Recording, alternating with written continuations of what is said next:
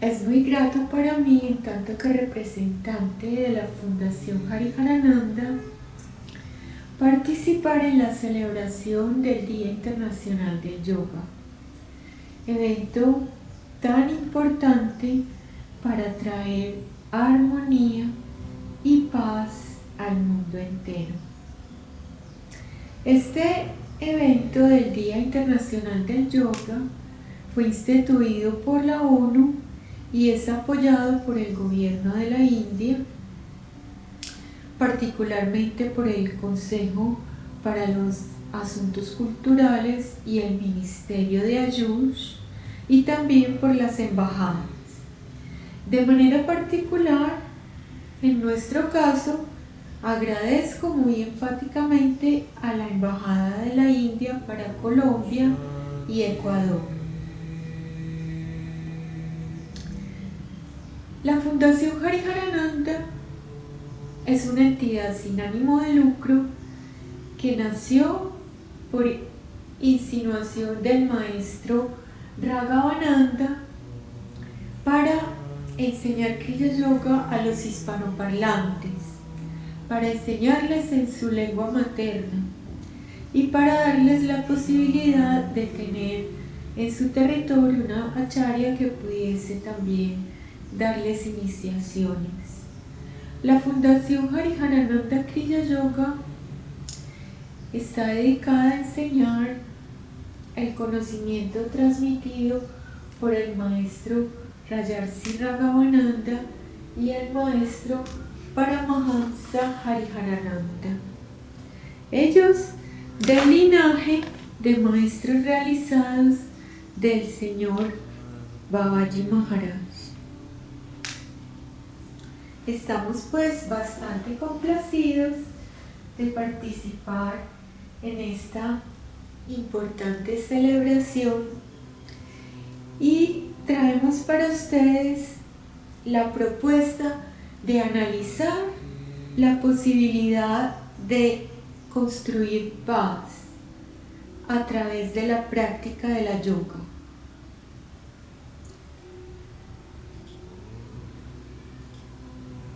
De por sí,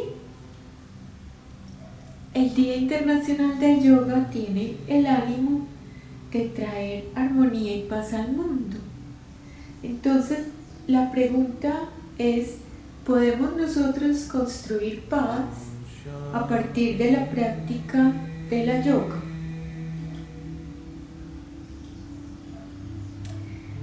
Los seres humanos vivimos en un balanceo entre la tristeza y la alegría, el sufrimiento y el gozo. Siempre estamos sufriendo el impacto de una emoción y luego el de la completamente contraria. Estamos siempre moviéndonos entre contrarios, entre emociones que nos llevan de un lado a otro. Y cuando nos cansamos de tanto gasto de energía en emociones, nos preguntamos cómo podemos escapar a esa situación, cómo podemos escapar al sufrimiento. Y la respuesta, nos dicen los maestros realizados, es la práctica de la yoga. Pero veamos qué es yoga. Se dice que la palabra yoga viene del yug, del sánscrito, que significa vínculo, unión. Es entonces la yoga la unión entre el alma individual y el alma cósmica, el Atma universal, Paramatma. Se une entonces en la yoga, se fusiona Jivatma con Paramatma. Pero concretamente, en la vida práctica, ¿cómo podemos alcanzar ese estado conceptualmente tan elevado? Pues el conocimiento y el método de la yoga fue compilado por el sabio Patanjali, quien escribió 4 libros sistematizando todo el conocimiento de la yoga. Ellos se llaman los Yoga Sutras. Los Yoga Sutras es entonces un conjunto de reglas prácticas que llevan finalmente al estado de paz perfecta a través de su práctica, que es la yoga. Entonces, yoga es un estilo de vida, es una filosofía que lleva finalmente a la libertad. Los Yoga Sutras son 4 libros, o son llamados 4 capítulos, que están estructurados desde hace miles de años, pero de la misma forma que se estructura ahora el trabajo con el método científico. Entonces, así el primer libro se llama Samadhipada y describe el estado del arte. Este libro nos habla de la condición humana, lo que hablábamos anteriormente, de estar supeditados a la influencia externa que determina en nosotros múltiples emociones y sufrimiento, finalmente. Entonces nos describe ese estado del arte también como una situación de la que queremos escapar, queremos salir. ¿Y cómo? Entonces llega el segundo libro. El segundo libro es el Sadhanapada, que describe el método. Este es el libro del método. Entonces nos dice paso a paso cómo deben ser las prácticas, cómo se deben ejecutar los ejercicios y cada uno de los procedimientos que constituyen la disciplina de la yoga, o sea, el sadhana. Y luego de haber descrito los métodos, el tercer libro de Patanjali es el Vibhuti-pada, describe los resultados. Entonces nos da los resultados esperados de este proyecto, que son los resultados que han obtenido los yogis durante miles de años de la práctica de este método de la yoga, que es el sadhana. El Vibhuti-pada entonces describe los resultados que podemos obtener cuando hacemos esas prácticas y nos permite confrontar los resultados que nosotros obtenemos con esos resultados esperados. El cuarto libro de los Yoga Sutras ya nos da la conclusión general y las perspectivas, o sea, nos describe el estado al que se llega con la práctica del sadhana y el estado final, que es el Kaivalya, o sea, la disolución. Por eso este cuarto libro de los Yoga Sutras se llama el Kaivalya-pada. Ahí tenemos todo el proceso de este sistema del yoga, desde el estado del arte hasta la conclusión final.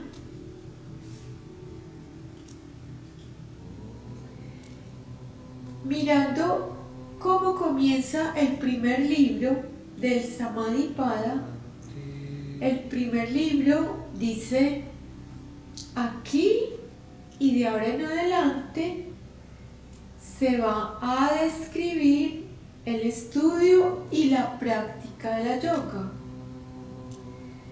Y en el segundo verso, Patanjali escribe Yoga Chitta Vritti Nirodha. Es la esencia de la yoga.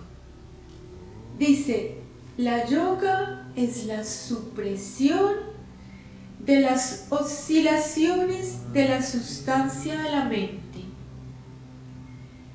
Cuando se eliminan, se aniquilan las modificaciones, las oscilaciones de la sustancia de la conciencia, estamos en un estado de paz, que es nuestro objetivo.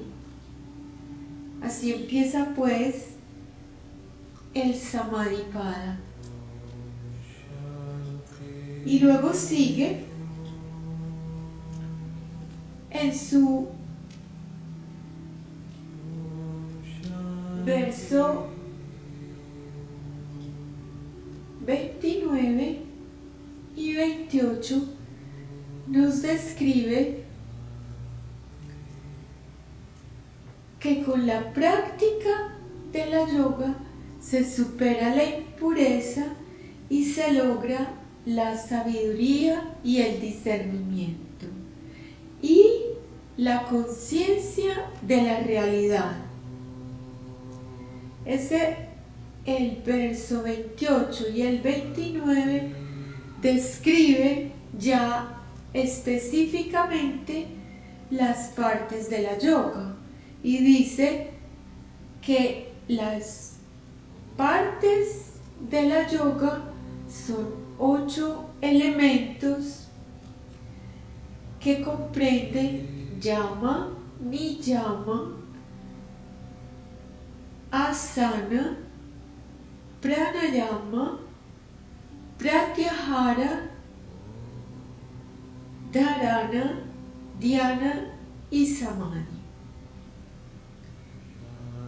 Eso quiere decir que en el conjunto de prácticas yógicas vamos a tener actitudes mentales, comportamientos a evitar y otros comportamientos a seguir. Vamos a trabajar con el cuerpo físico, con la respiración, con la atención, con la concentración y con el nivel más elevado de conciencia para llegar al estado de calma perfecta a través de la meditación. Entonces, esos 8 elementos convergen a los últimos 2 estadios de conciencia, que son meditación y samadhi. Ese es el objetivo final, la meta a la que se pretende llegar con la yoga.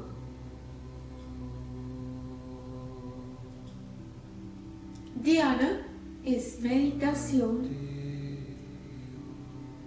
y samadhi es el estado de fusión con la conciencia cósmica.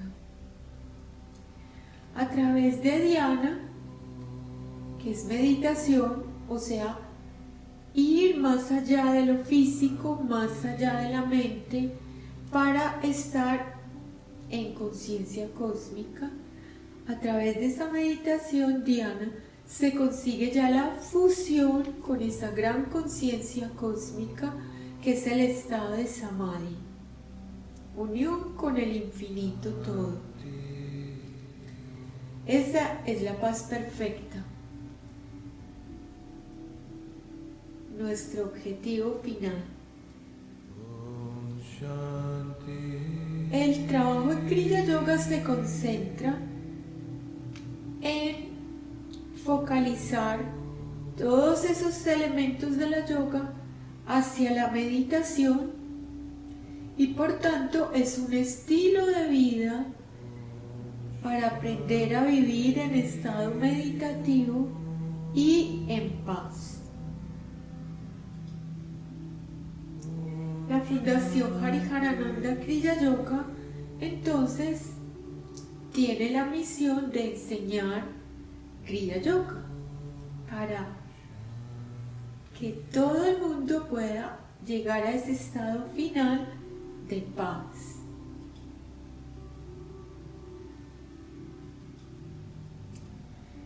La yoga da paz en el corazón y también da buena condición física, desarrolla las facultades mentales y las facultades cognitivas.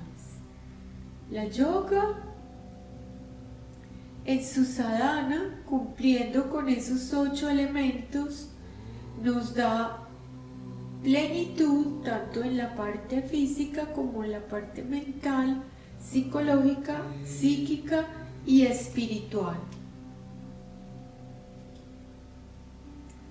Vamos a mirar un poco qué es lo que pasa cuando meditamos. Al poco tiempo después de empezar la meditación, ya se observa cambio en el campo electromagnético del cuerpo físico. A los 11 minutos de estar meditando, se ve que hay cambios glandulares en el funcionamiento de ciertas glándulas. Y un poco después de la media hora de estar meditando, ya se está viendo un cambio endocrino general, o sea, que todas las glándulas del cuerpo y las secreciones hormonales empiezan a funcionar de una manera especial y armónica. Un poco más tarde de la primera hora de meditación, obviamente con un trabajo cotidiano, donde el meditador medita cada día más de 1 hora, se puede observar que cambia la composición del cerebro, o sea que cambia la proporción de materia gris a materia blanca en el cerebro.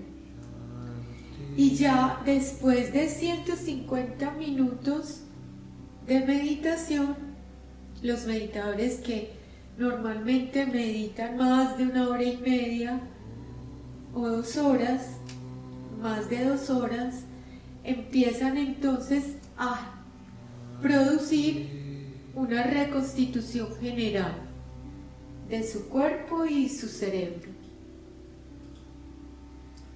Hay estudios científicos controlados que muestran que la práctica de la yoga, aún por periodos cortos, aún por pocas semanas, resulta en grandes beneficios para los practicantes, principalmente porque lleva al estado de tranquilidad. Se ve una reducción del estrés, de la irritabilidad, de la agresividad, de la ansiedad, de la depresión.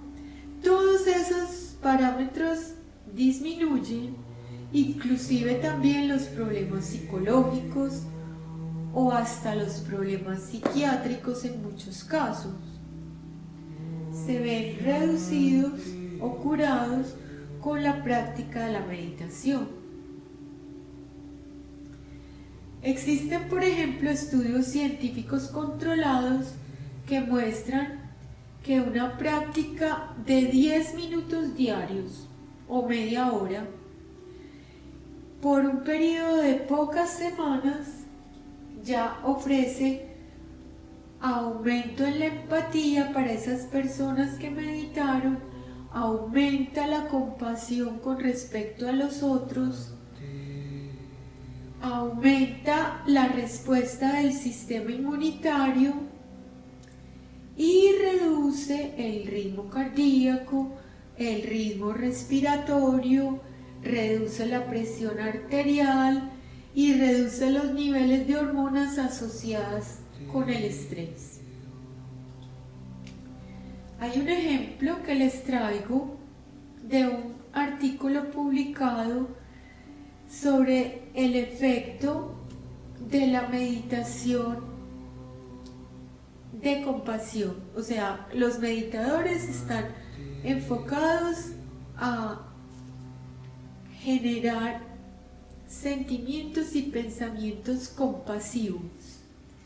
Este tipo de meditación solamente por 10 minutos cada día durante 6 semanas ofreció unos resultados que los investigadores pudieron cuantificar relativamente para decir que disminuía la tensión social, disminuían los niveles de interleuquina 6, que está asociada al estrés y que es inmunosupresora, disminuían también los niveles de cortisol, que es la llamada hormona del estrés, disminuía la confusión, la hostilidad, la tensión, el estrés, la rabia.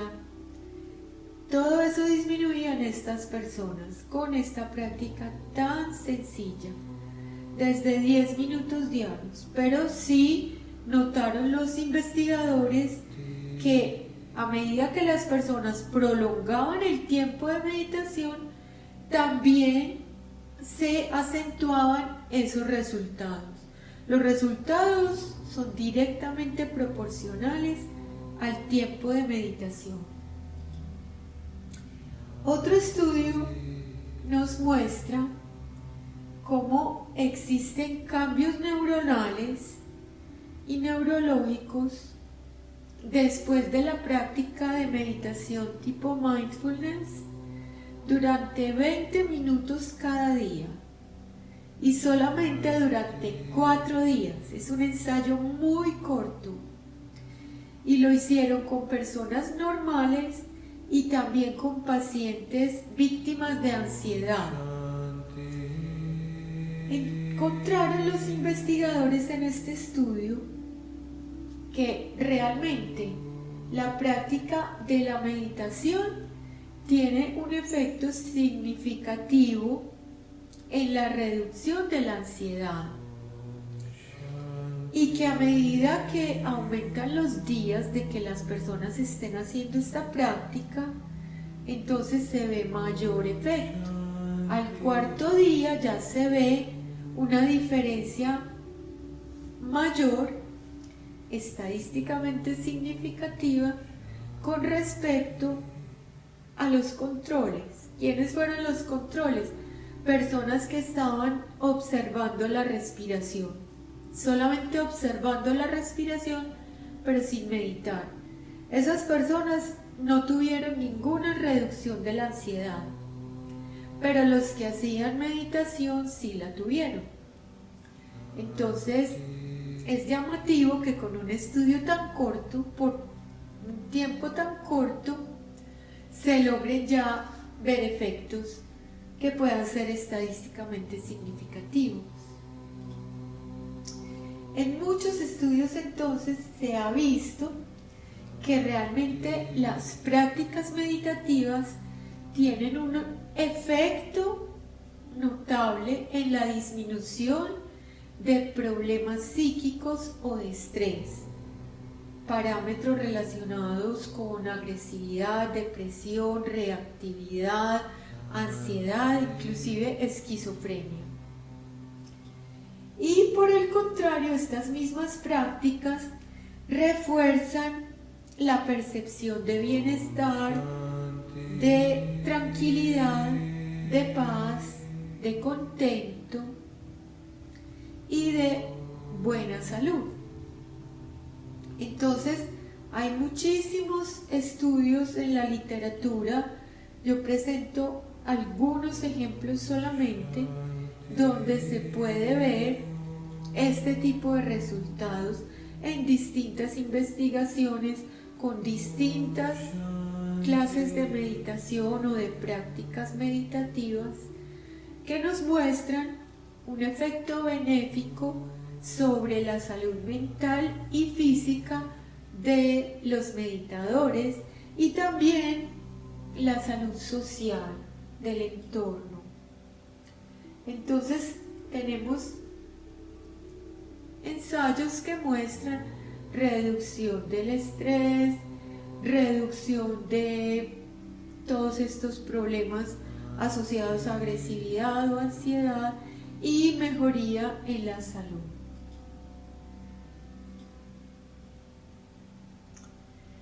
También se ve que la meditación puede inducir cambios a nivel del funcionamiento del cerebro y también del funcionamiento de los genes. Hay estudios que analizaron la modulación de la expresión génica con la meditación y también de las emisiones de ondas electromagnéticas del cerebro, estudiando el fenómeno de coherencia.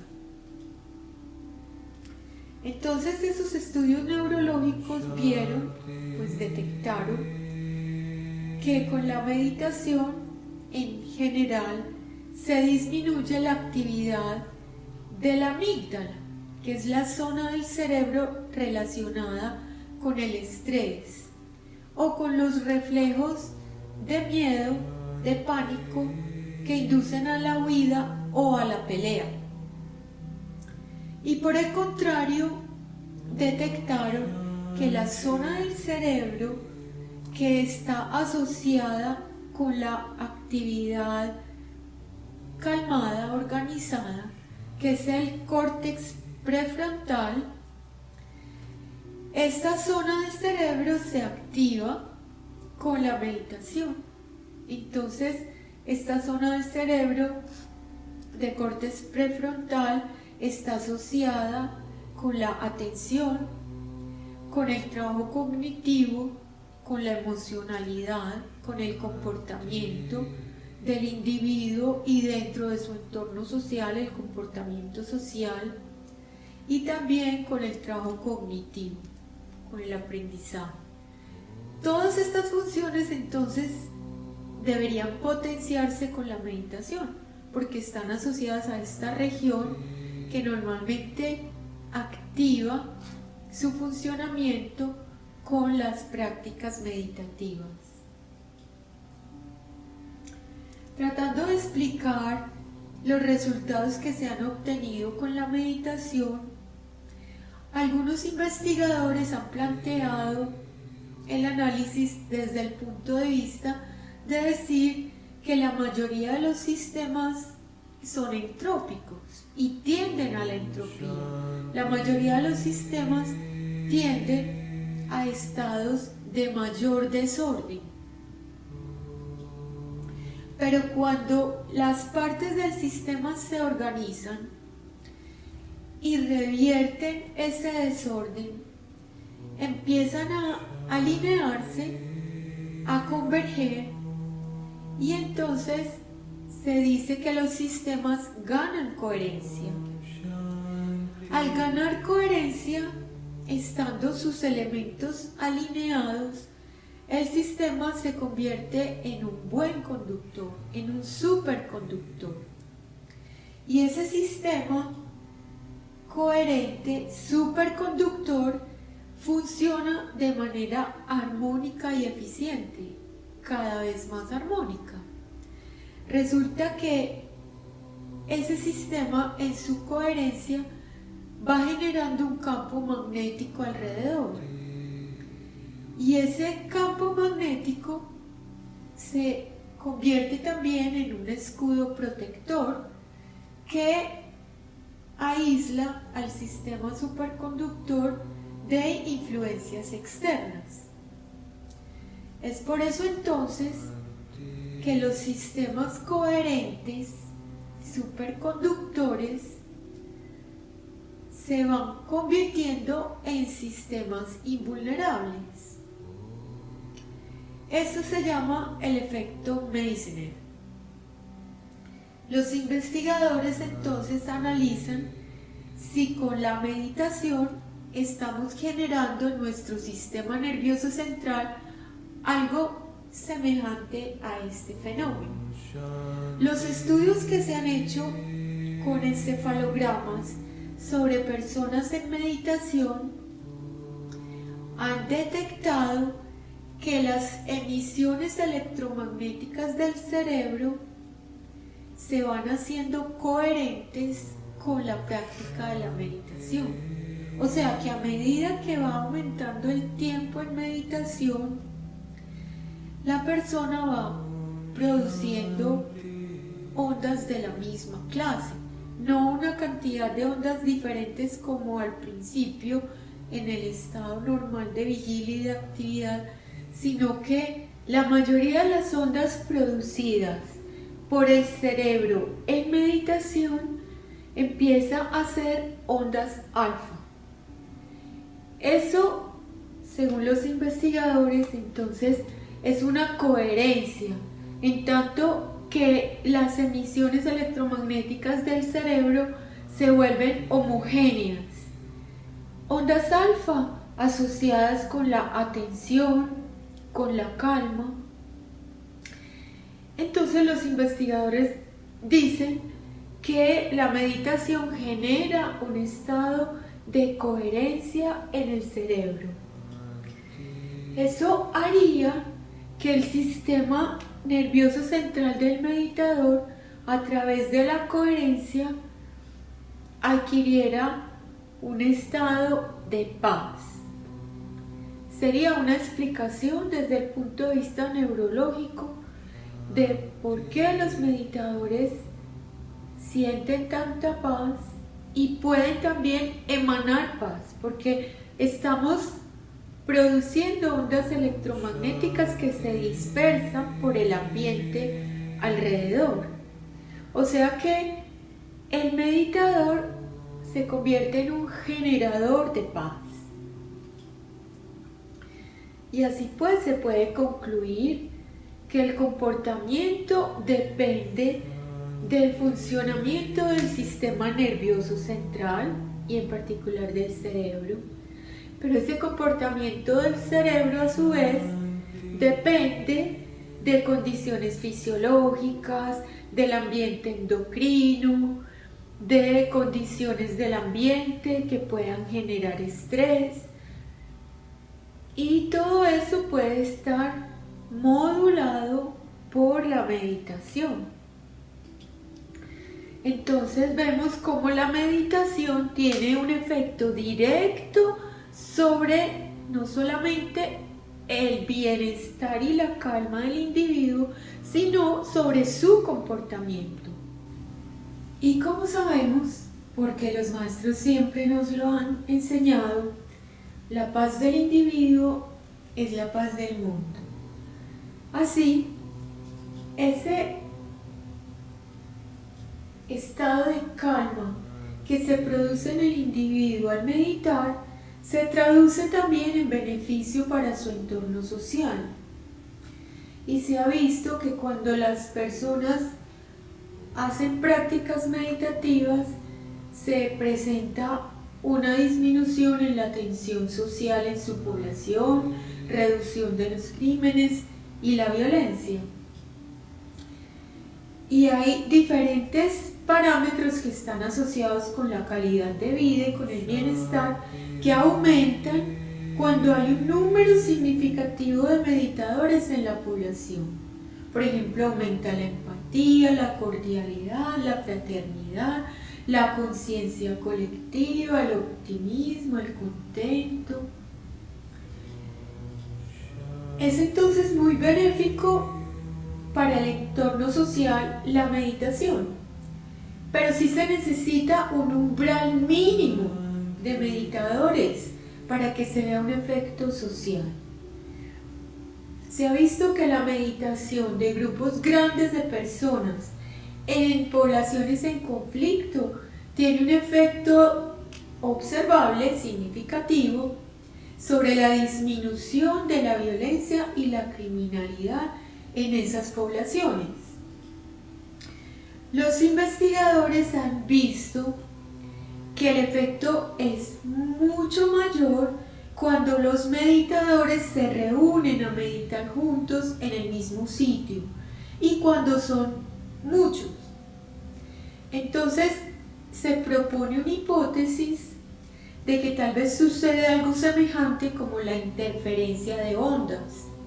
Cuando la interferencia de ondas es constructiva, la onda resultante, que tiene intensidad igual a la sumatoria de las ondas que interfirieron, esa onda va a tener un efecto final de una energía que es igual al cuadrado de la sumatoria de las energías que traían las ondas componentes. O sea que se ve potenciado el efecto al cuadrado. Los investigadores dicen es probable que esté sucediendo lo mismo con las emisiones de ondas electromagnéticas que produce el cerebro, que ya sabemos que se hacen coherentes con la meditación.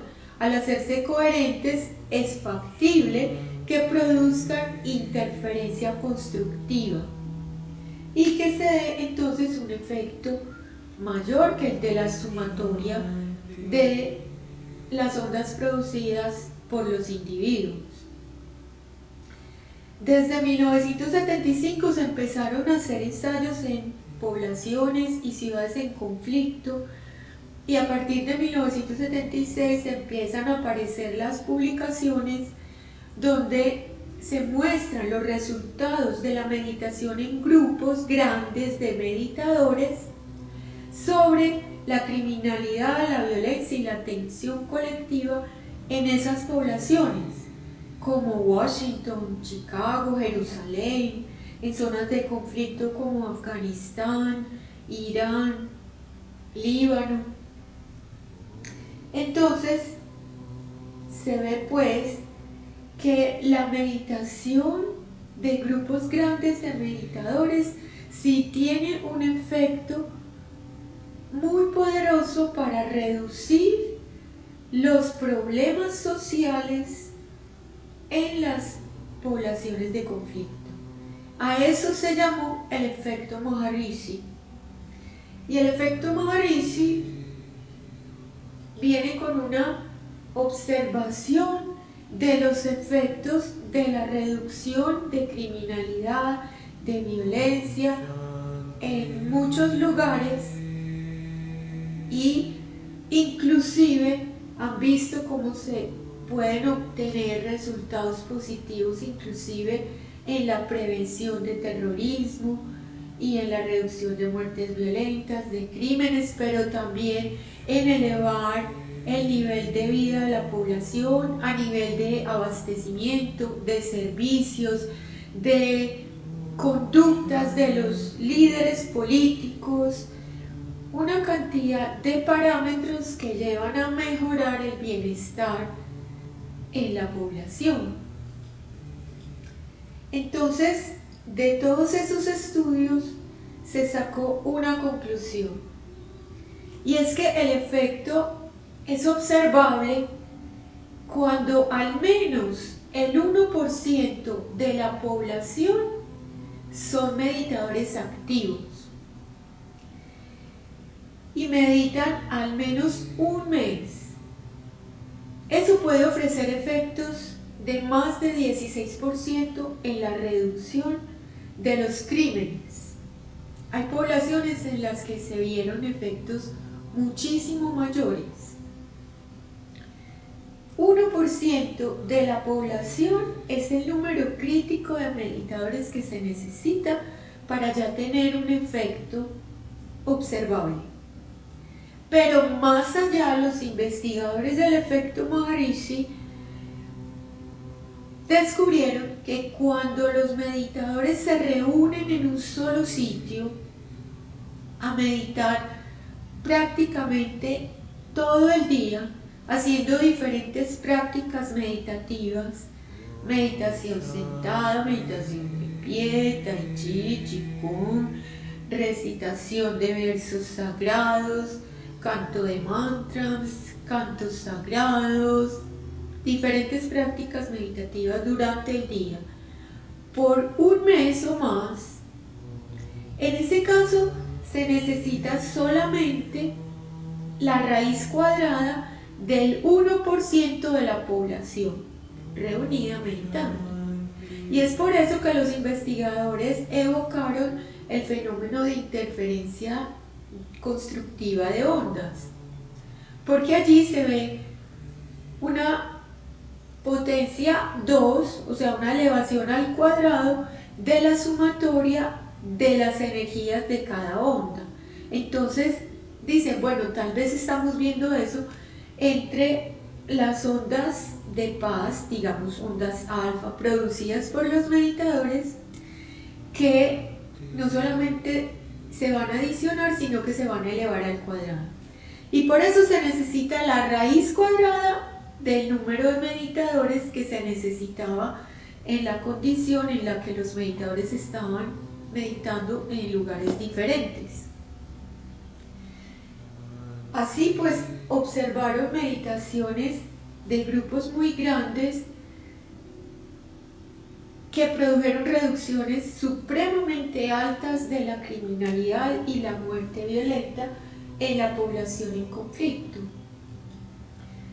Entonces se concluye que realmente la meditación sí produce paz para el individuo y paz para la colectividad, y que realmente es una herramienta aplicable, porque ya nos dijeron las cantidades de personas que necesitamos y las condiciones en las que se debe realizar esta meditación. Siendo que es una herramienta aplicable, propongo que la apliquemos en Colombia, que es una zona de conflicto, ha sido zona de conflicto desde hace muchísimo tiempo, pero en los últimos días, digamos en las últimas semanas, la situación de violencia, crímenes, agresividad ha estado desbordada. Sería muy importante poder aplicar entonces aquí el efecto Maharishi. Si miramos, por ejemplo, en el Valle de Aburrá, existe una población de 3.931.500 más o menos personas. O sea que para tener un efecto a nivel social de nuestra meditación, necesitamos estar meditando 31.314 personas. Pero si nos reunimos en el mismo lugar a meditar la raíz cuadrada de las 39.314, o sea, 198 meditadores, solamente 200 personas, o 198, que nos reuniéramos en un espacio cercano, en un sitio, a meditar durante casi todo el día, durante un mes, vamos a poder detener esta situación tan lamentable que tenemos. Cuando lo miramos a nivel de país, en Colombia tenemos 50.374.000 personas, lo que quiere decir que necesitamos al menos 503.740 personas meditando para poder tener un efecto benéfico sobre la agresividad y la violencia. Pero si nos vamos a concentrar los meditadores en grandes aglomeraciones, en las poblaciones más grandes del país, por ejemplo en las 3 ciudades más grandes, si nos reunimos en conglomerados de meditadores a donde practiquemos actividades que nos lleven a la actitud meditativa, al estado meditativo durante todo el día, por un mes, vamos a necesitar solamente 710 personas en el país. Es una propuesta que vale la pena tener en cuenta y analizar cómo podemos ejecutar. El efecto sería muy poderoso. Ya hemos tenido ejemplos de los efectos benéficos de meditación de grupos grandes en poblaciones en guerra, en conflicto mayúsculo. Ahí está la literatura, yo les traje solo algunos ejemplos, pero están acá citados, y si no, hay muchísimos ejemplos de la aplicación del efecto Maharishi. Y por el otro lado tenemos también el ejemplo mayor del triunfo de la no violencia, cuando una nación tan grande como la India se liberó del yugo de la potencia colonizadora más grande del mundo en su momento. Era el poder más grande que existía en el mundo y llevaba oprimiendo a la India durante cientos de años. Pero la violencia y la actitud meditativa pueden vencer, podemos hacerlo. Es por eso que yo los invito a que miremos la estrategia de reunirnos en estos conglomerados.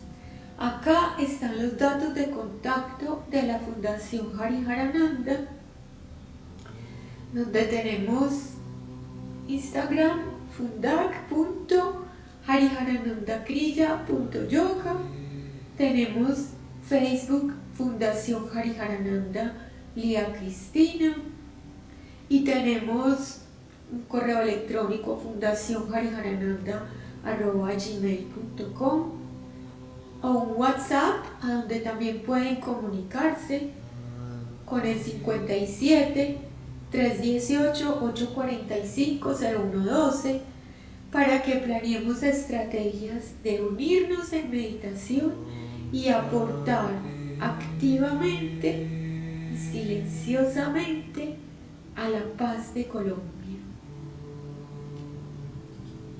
Agradezco muchísimo al gobierno de la India por haberme permitido este espacio, en particular al Instituto para las Relaciones Culturales, Consejo para Relaciones Culturales de la India, Embajada de Ayush de la India, y en forma muy particular a la Embajada de India para Colombia y Ecuador. Quiero agradecer muchísimo la disposición para que pudiésemos estar en este espacio llevándoles a ustedes este mensaje, para que hagamos una acción de yoga solidaria en beneficio de nuestro pueblo, de nuestro país. Jai Guru, Om Shanti Shanti Shanti. Om Dyo ShantirantarikshamShanti Prithvi Shantirapashanti Roshadhayah Shanti Vanaspataya